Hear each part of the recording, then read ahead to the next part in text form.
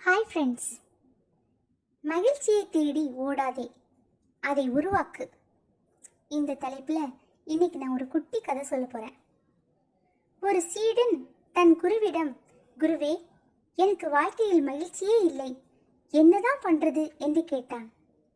குரு அவனை ஒரு தோட்டத்திற்கு கூட்டி சென்றார். அந்த தோட்டத்தில் நிறைய பட்டாம்பூச்சிகள் ஆங்காங்கே பறந்து கொண்டிருந்தது.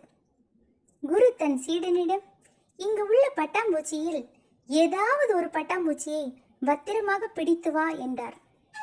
சீடனும் பல பட்டாம்பூச்சிகளை துரத்த ஒன்றுமே அவனுக்கு அகப்படவில்லை. அசந்து போன சீடனை குரு, சரி விட்டுவிடு, வா, நாம் இந்த தோட்டத்தின் அழகையாவது ரசிப்போம் என்று அழைத்தார். இருவரும் தோட்டத்தின் அழகை அமைதியாக ரசித்துக் கொண்டிருக்கும் போது பல பட்டாம்பூச்சிகள் இருவரின் கைகளிலும் தானாக வந்து அமர்ந்தன.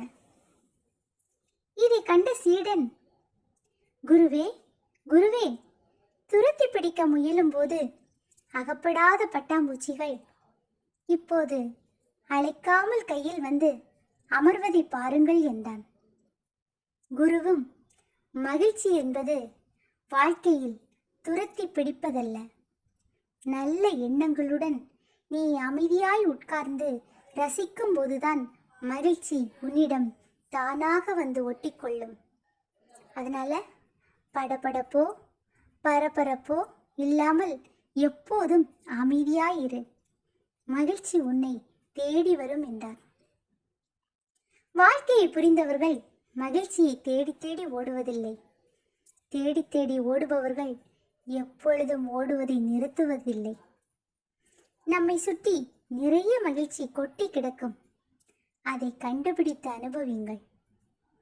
மனதில் நல்ல எண்ணங்கள், பேச்சில் நல்ல சொற்கள், செயலில் நல்ல செயல்கள் என மூன்றும் நேர்மறையான விதத்தில் அமையும் போது மகிழ்ச்சியை நாம் துரத்தி பிடிக்க தேவையில்லை. மாறாக மகிழ்ச்சி நம்மை துரத்தி வந்து மகிழ்விக்கும்.